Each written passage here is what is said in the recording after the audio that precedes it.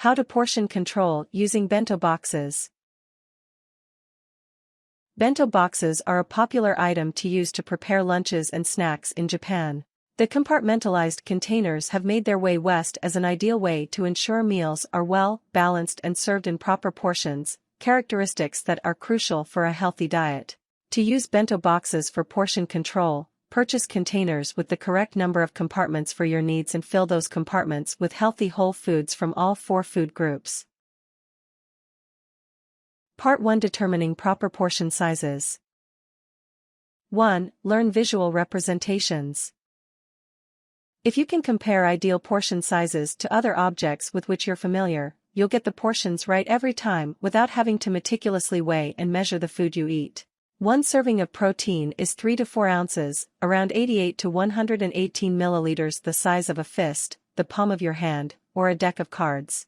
The recommended serving size for carbohydrates, such as pasta or rice, is 1 cup or 8 ounces, about 237 milliliters, the size of a baseball or a tennis ball. For fruit, a portion size is the equivalent of a medium-sized fruit, such as an apple, or 1 cup, 8 ounces or 237 milliliters, about the size of a light bulb. A 1-ounce serving of cheese is about the size of your thumb, or a pair of dice. When it comes to snack foods, the serving size generally is the equivalent of a handful. You can do an internet search for visual representations of portion sizes to get more ideas and find objects that are familiar and will work best for you. 2. Visit the U.S. Department of Agriculture, USDA, website. The USDA website has a food gallery which shows what individual servings of various types of food look like on a plate or in a bowl. This can be particularly helpful when dealing with odd-shaped foods, such as chicken legs. Browsing through this gallery can help you get a handle on proper portion sizes for different kinds of foods, particularly foods that you eat on a regular basis. You also can use the gallery as a tool when you start shopping for bento boxes, so you can best ensure that the compartments will hold individual portions of various types of food. 3. Work with a dietitian. If you have particular dietary needs, or if you are obese, you may want to consider having a certified professional look over your diet and help you determine the portions that are best suited to your needs and your lifestyle. For example, if you are vegan, you need to make sure you're getting adequate protein. A dietitian who specializes in vegan diets can help you. You also may need help if you have multiple food allergies or are on a specialized diet, such as a gluten-free diet, whether for medical reasons or as a lifestyle preference. Dietitians and nutritionists are registered and work at fitness centers, health food and nutrition stores, hospitals, and schools.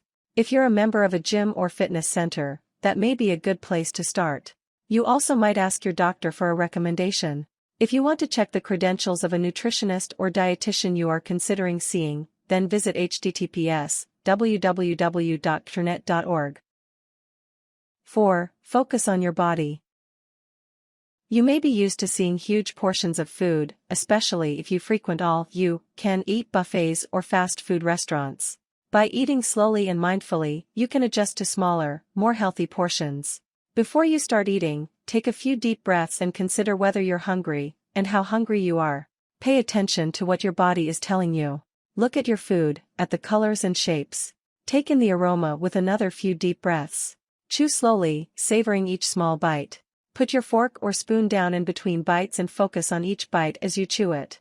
Evaluate your hunger situation several times as you eat. When you no longer feel hungry, stop eating. Part 2. Choosing your bento boxes. 1. Get boxes with at least 3 compartments. At a minimum, you want sections for fruits and vegetables, protein, and carbohydrates. You can adjust this configuration based on your dietary needs and the types of foods you plan to include. Go to a home goods store or a large discount store so you can evaluate a variety of bento boxes. You often can find them in grocery stores as well, but there may be limited options. If you want a lot of variety in your bento box meals, look for boxes with 6 or 7 compartments, so you can include small amounts of several different foods. Keep in mind that portions apply to the type of food, not the particular food item. If you had carrot and celery sticks in your bento box, both together should be equivalent in size to one individual portion of vegetables. Just because you have 2 different vegetables doesn't mean you get 2 portions. When you evaluate the size of the compartments, think about the kinds of food you plan to eat on a regular basis. For example, if you typically have a sandwich for lunch, you want at least one compartment that's large enough to hold a whole sandwich. 2. Decide what material you want. While you can get glass or stainless steel bento boxes, plastic typically is the most convenient and versatile. These containers also have the benefit of being lightweight and easy to store away when not in use.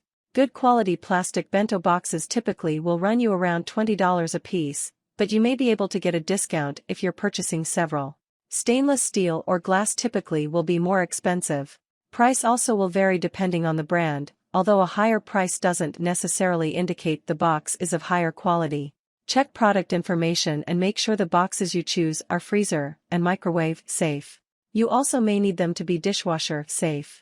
Keep in mind that even though the box itself may be microwave or dishwasher safe, the lid may not be. Also, don't microwave a plastic bento box even if it says microwave safe because this can release unhealthy compounds. Get a glass bento box if you plan to microwave your meals. Choose the material that best fits your lifestyle and daily routine. For example, if you bike to work and are generally rough and tumble with your things, you may not want to get a glass container, which is heavier than plastic and may break if dropped. Some types of plastic will stain, particularly with sauce-heavy foods. If you decide to go with plastic bento boxes, you may want to carry sauce in a separate container. Rinse out your box after eating, so the sauce has limited contact with the surface of the box. Make sure the bento boxes you choose are leak-proof. You can test them by filling the bento box with water, putting the lid on, and shaking it or turning it upside down. 3. Consider ease of cleaning. Bento boxes can be difficult to wash and sanitize properly. If the bento box you buy is too much of a hassle to clean, you'll be disinclined to use it regularly. Make sure you can clean the box you choose in a way that is convenient for you. Bento boxes with removable dividers are not only more versatile, but also will be easier to clean because you won't have to get into as many corners and crevices. Larger bento boxes may not fit in your dishwasher, particularly if they need to go on the top rack. Lids may have specialized rubber seals to prevent leaks that must be carefully washed by hand to maintain their seal. If you put them in the dishwasher, they may warp and become ineffective. 4. Use silicone cupcake liners for additional portions. Particularly if you get bento boxes that have a limited number of individual compartments, you may want to pick up some cupcake liners that you can use when you want to include a small portion of another food that needs to be separated.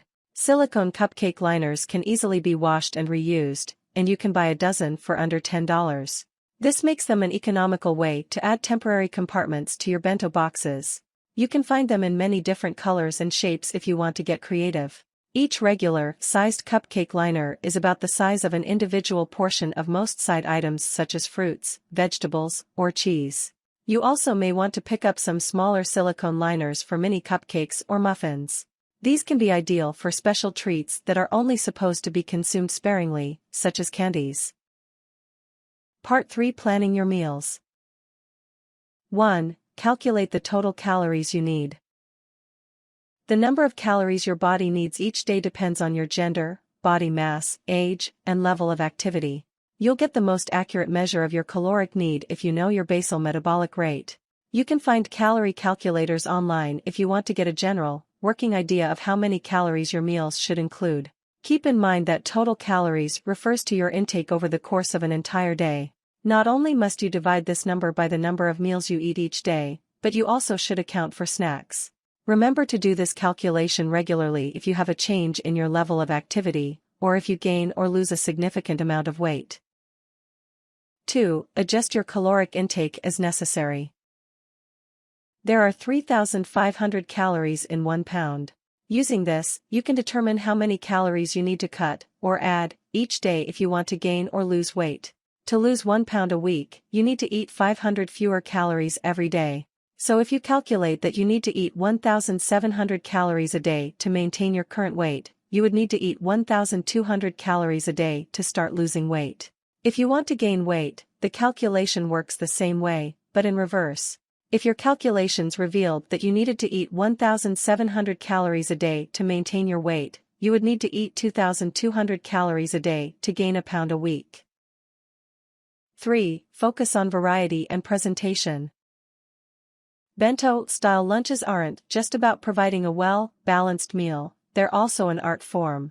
There are a number of accessories you can buy if you want to express your creativity with your bento box. For example, you may want to invest in some stylish food picks or bento picks. While some of them may be a bit more cutesy than you would like, keep in mind that they serve an important function apart from decoration. They keep your food from moving around or shifting too much during transport, and give you something to hold on to while eating finger foods such as strawberries, so you can keep your fingers clean. Egg molds can transform hard-boiled eggs into symbols or animal characters.